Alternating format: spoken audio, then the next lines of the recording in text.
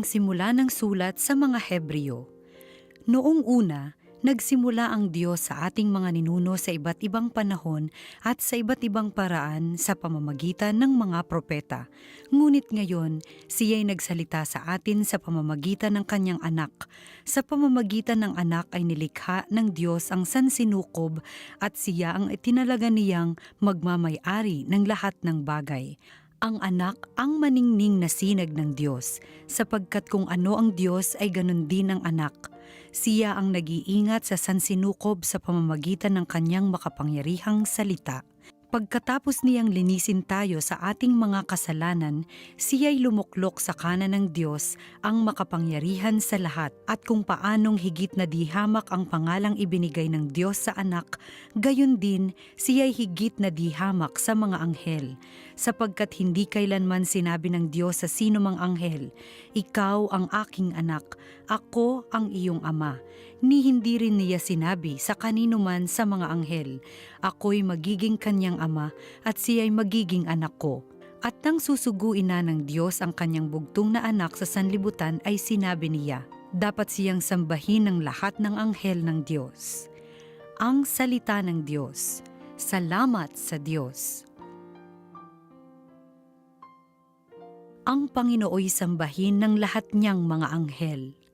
Ang poon ay maghahari, magalak ang kalupaan. Lahat kayong mga pulo ay magsaya at magdiwang, kaharian niya'y tapat at salig sa katarungan. Ang Panginooy sambahin ng lahat niyang mga anghel. Sa langit ay nahahayag yaong kanyang katuwiran, sa tupa ay makikita ang kanyang kadakilaan, mga Diyos-Diyosa nila yuyuko sa may kapal. Ang Panginooy sambahin ng lahat niyang mga anghel. Ikaw poon ay dakila at hari ng buong lupa, dakila ka sa alinmang mga Diyos na gumawa. Ang Panginooy sambahin ng lahat niyang mga anghel. Ang mabuting balita ng Panginoon ayon kay San Marcos.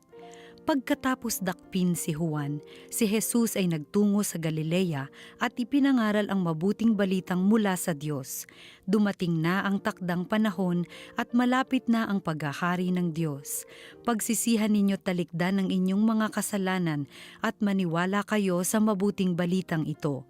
Samantalang naglalakad si Jesus sa tabi ng lawa ng Galilea, nakita niya ang magkapatid na Simon at Andres na naghahagis ng lambat. Sila'y mangingisda.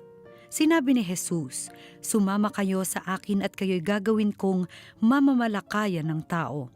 Pagdakay iniwan nila ang kanilang lambat at sumunod sa kanya. Nagpatuloy siya ng paglakad at sa di kalayuan ay nakita niya ang magkapatid na Santiago at Juan, mga anak ni Zebedeo. Sila'y nasa kanilang bangka at naghahayuma ng mga lambat. Tinawag din sila ni Jesus at sumunod naman sa kanya. Iniwan nila sa bangka ang kanilang ama kasama ng mga taong upahan. Mga kapanalig, narinig po natin ang mabuting balita para sa Lunes na ito ng unang linggo sa karaniwang panahon. Ayan po, mapapansin niyo kung kayo'y nagsisimba na ang ating pong kulay sa altar ng liturhika ay kulay green. Balik na po tayo sa tinatawag na ordinary day, so ordinary week, no? Ordinary po ba talaga ang mga gawain ng Panginoon? Hindi naman po. Ang sinasabi lamang natin dito ay pagkatapos ng maraming mga pagsasaya, festivities, mga kapistahan, ay ngayon balik na tayo sa ordinaryong ating mga gawain. Pero mapapansin po natin mga kapatid na karamihan ng ating araw ay napapaloob dito sa tinatawag nating ordinaryo, no? So ang karaniwang gawain natin, so ordinary week ay ang ating mga paggawa. At sa Ebanghelyo nga po, narinig natin ang ating Panginoon sa pagsisimula ng kanyang ministry, sa pagsisimula ng kanyang mga gawain. At ang isa sa mga unang ginawa ng ating Panginoong Jesucristo ay ang tawagin ang kanyang mga disipulo. Yung mga susunod sa kanya, parang may multiplier effect, di po ba? No, ang isang leader kagaya ng ating Panginoon, kung nag-iisa lamang po siya, siguro kaya naman din niyang gawin, iutos niya na lang sa mga anghel. Pero nais ng ating Panginoon na ang kanyang mga kasama, katropa sa misyon ay ang mga tao, tayo mismo. Bilang tagasunod ni Kristo, tayo rin ay tinawag kagaya nila Simon at Andres, ni Juan at saka ni Santiago, ang mga magkapatid, no? Two pairs of brothers dito sa 12 apostoles ng ating Panginoon. At tinawag din po sila mula sa kanilang mga ordinaryong gawain, hanap buhay, no?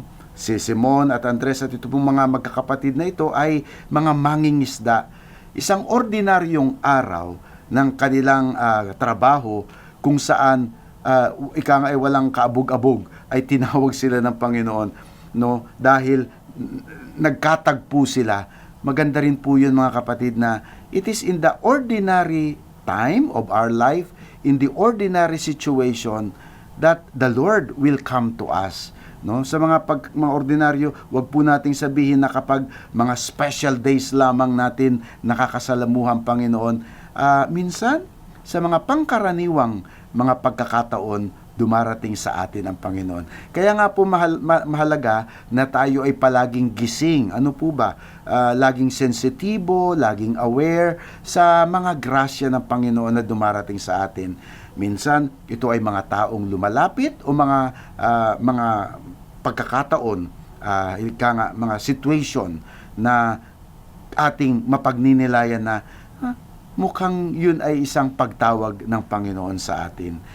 Mga kapatid, sa ating mga pangkaraniwang gawain, nawa ay hindi lamang ito paghahanap buhay o hindi lamang ito ating mga trabaho, bagkus gawin natin itong mga plataforma ng ating pagmimisyon. Kung saan man po tayo, kung tayo ay nasa palengke o tayo ay nasa ating gawain, sa ating barangay, sa ating tahanan, sa bawat pagkakataon po, no, wala pong pinipiling araw ang ating pagmimisyon. Bagkus ay kapiling natin palagi ang Panginoon sa ating mga paglalakbay, araw-araw, wala naman pong exception yan. No, hindi natin masasabi, pag linggo kasama natin ang Panginoon, Lunes hanggang Sabado, ay akin na yan, no, pang sariling buhay ko na yan. Hindi po, bagkus araw-araw na ipinagkakalob sa atin ng Panginoon ay kasama natin sa paglalakbay ang Panginoon. Mga kapatid, tayo man po ay tinawag sa ganyang uri ng pagmimisyon, tagasunod ni Kristo. Nawa, lahat ng ating mga gawain ay ating maialay sa Panginoon para sa kanyang kapurihan. Nawa, lahat ng ating mga gawain ay magbunga ng maganda para sa atin, para sa ating pamilya, at para sa ating kapwa. Nawa, ay pagpalain ng Panginoon ang ating mga gawain sa mga pangkaraniwang araw na ika nga nothing special but will always be special in the eyes of God.